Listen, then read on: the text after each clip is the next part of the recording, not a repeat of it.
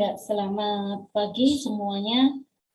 Baiklah, hari ini adalah materi tentang pengurutan data atau sorting. Baik, untuk mengawali materi tentang sorting ini, yang perlu dipahami lagi adalah tentang array. Karena nanti dalam mengakses elemen adalah elemen tersebut berada di dalam array. Ya. Nah, apa sih sorting itu? Pengertian sorting adalah proses pengurutan data, mengatur sekumpulan objek menurut aturan atau susunan tertentu.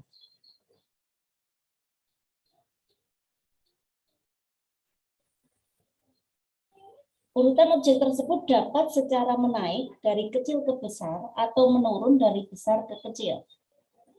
Dan pengurutan data sangat penting, terutama untuk data yang bersifat integer, pecahan ataupun karakter.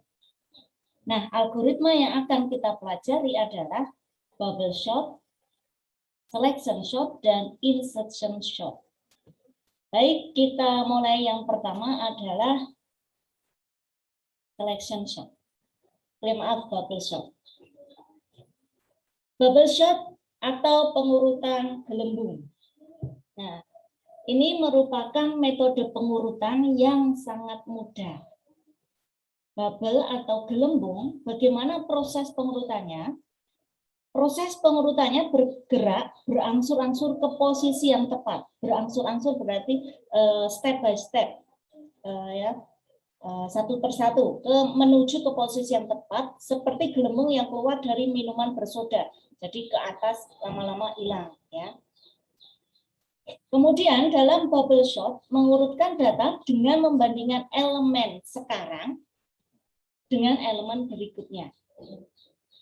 Kemudian kelemahan dari bubble sort adalah jika jumlah data cukup banyak, maka data akan mengalami kelambatan atau terlalu lama dalam proses pengurutan data. Karena setiap data akan dibandingkan, setiap elemen akan dibandingkan, ya. Oke. Bagaimana algoritma bubble sort? Ya, ini nanti bisa dibaca. Saya akan menjelaskan secara visual di sini. Algoritma secara bubble sort seperti ini. Sebagai contoh, di sini terdapat satu array. Di dalamnya terdapat 8 elemen. Dan indeks di sini diawali dari 1.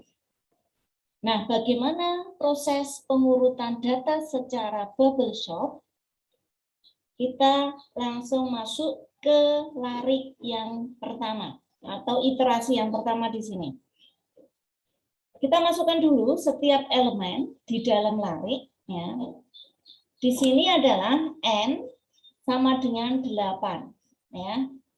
N adalah elemen dari array sama dengan 8. Kita tuliskan di sini elemen dalam array semua 6, 5, 3, 1, 8, 7, 2, 4. Pada saat K atau baris pertama, ya, di sini elemen pertama, kita bandingkan dengan elemen kedua. Ya. 6 dengan 5 kita bandingkan. Mana yang paling kecil? Karena di sini akan diurutkan secara menaik, berarti kecil ke besar. Antara elemen pertama yaitu 6 dan elemen kedua yaitu 5, yang terkecil adalah 5. Maka 5 maju menjadi elemen pertama. 6 yang semula elemen pertama menjadi mundur menjadi elemen kedua. Kemudian elemen berikutnya menyesuaikan. Ya. Kemudian untuk elemen kedua di sini adalah antara 6 dan 3. Kalau tadi 6 dan 5, setelah diurutkan, kemudian 6 dengan 3.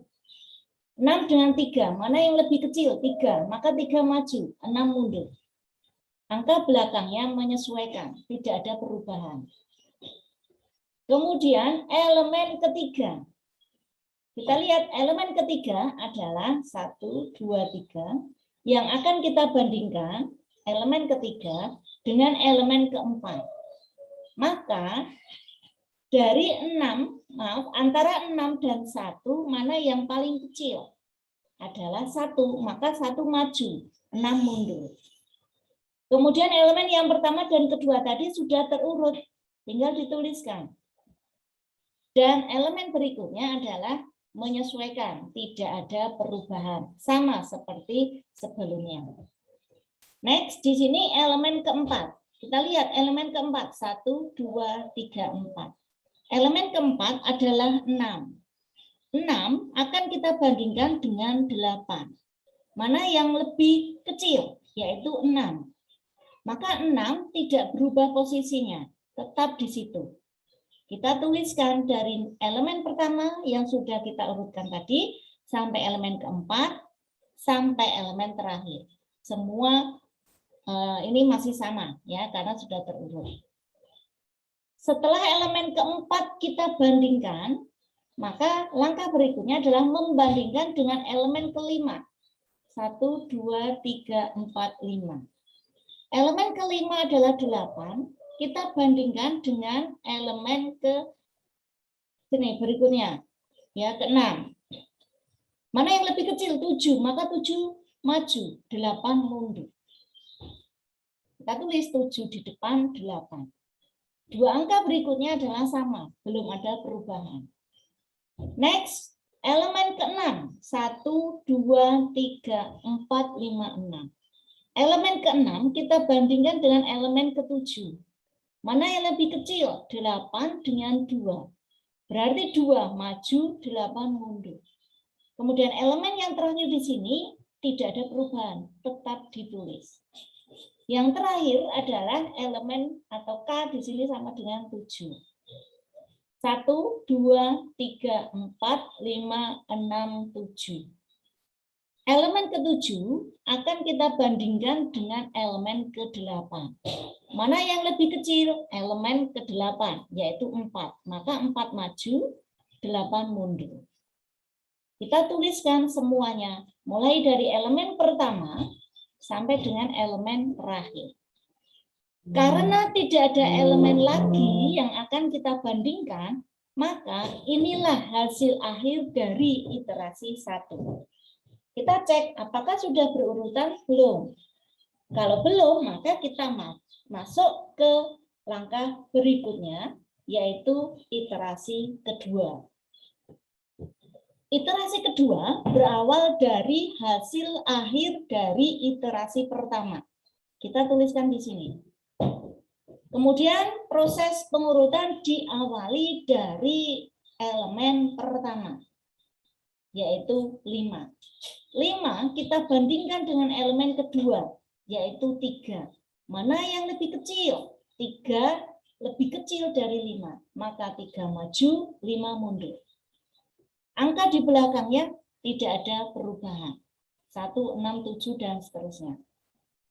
Kemudian elemen yang kedua.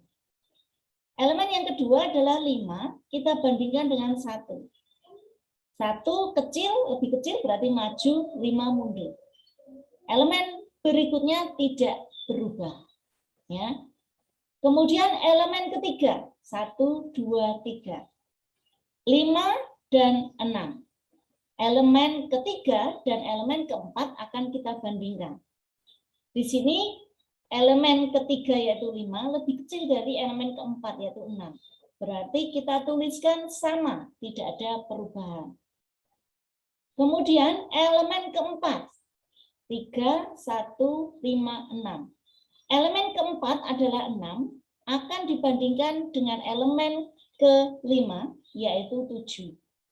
Di sini 6 dengan 7 lebih kecil 6, maka kita tidak ada perubahan, kita tuliskan. Berikutnya elemen kelima, 1, 2, 3, 4, 5. 7 kita bandingkan dengan 2. 2 lebih kecil, maka 2 maju. 7 mundur. Sehingga ada perubahan di sini. 2 maju, 7 mundur. Angka sebelum 2, karena sudah diurutkan tadi, tidak ada perubahan. Kemudian angka setelah 7 di sini, 4 dan 8 juga belum ada perubahan. Kemudian elemen ke-6. 1, 2, 3, 4, 5, 6. 7 kita bandingkan dengan 4. Mana yang lebih kecil? 4. 4 maju menjadi ini, 7 mundur. Oke, selebihnya kita tuliskan lagi elemennya. Terakhir adalah elemen ke-7. Elemen ke-7 adalah 7, elemen ke-8 adalah 8. Kita bandingkan. Karena sudah sesuai dengan posisinya, maka tidak berubah. Dan karena sudah tidak ada elemen berikutnya, maka inilah yang disebut sebagai hasil akhir dari iterasi 2. Kalau dilihat di sini masih belum berurut, maka kita lanjut ke iterasi ke berikutnya, yaitu iterasi 3. Untuk iterasi ketiga ini sama, ya. Data awal adalah berdasarkan dari hasil akhir iterasi kedua. Ya, jadi ketiga berarti hasil akhir dari yang kedua. Kalau proses kedua berarti hasil akhir iterasi yang pertama. Terus seperti itu sampai kita lihat hasil dari iterasi ketiga masih belum terurut, ya, masih ada elemen yang belum terurut. Maka kita masuk ke iterasi berikutnya. Proses masih sama, per elemen kita bandingkan, dimulai dari elemen pertama, kemudian kita lihat hasil akhirnya, di sini masih ada elemen yang belum terurut, maka kita lanjutkan ke iterasi berikutnya. Oke. Hasil akhir dari iterasi kelima di sini terlihat angka atau elemen atau data sudah terurut. Sehingga di sini sudah tidak perlu lagi proses pengurutan. Berarti proses pengurutan secara bubble sort di sini stop, berhenti. Berhenti di iterasi 5. Dengan hasil 1, 2, 3, 4, 5, 6, 7, 8. Ya, kalau kita lihat seperti ini animasinya. 6 dengan 5, ini contoh ya, 6 dengan 5 kita bandingkan. Kemudian 6 dengan 3, elemen yang berikutnya kita bandingkan. Kemudian 6 dengan 1, berarti ini 1 maju, 6 mundur. Kemudian lanjut ke elemen berikutnya, yaitu 6 dengan 8. Sesuai, tidak ada perubahan, maka lanjut 8 dengan 7, 7, 8 ya, berganti. Kemudian 8 dengan 2, berganti posisi, 2 maju, 8 mundur. Kemudian elemen berikutnya 8, 4 dengan 8 kita bandingkan. Nah, begitu untuk kasus sorting atau pengurutan data secara atau dengan menggunakan algoritma bubble sort. Begitu penjelasan dari saya. Kita akan masuk ke materi berikutnya, yaitu insert max-min ya, max-min sort. Oke. Baik, untuk saat ini saya cukupkan sekian. Silakan bisa dipelajari lagi. Selamat mencoba mengerjakan.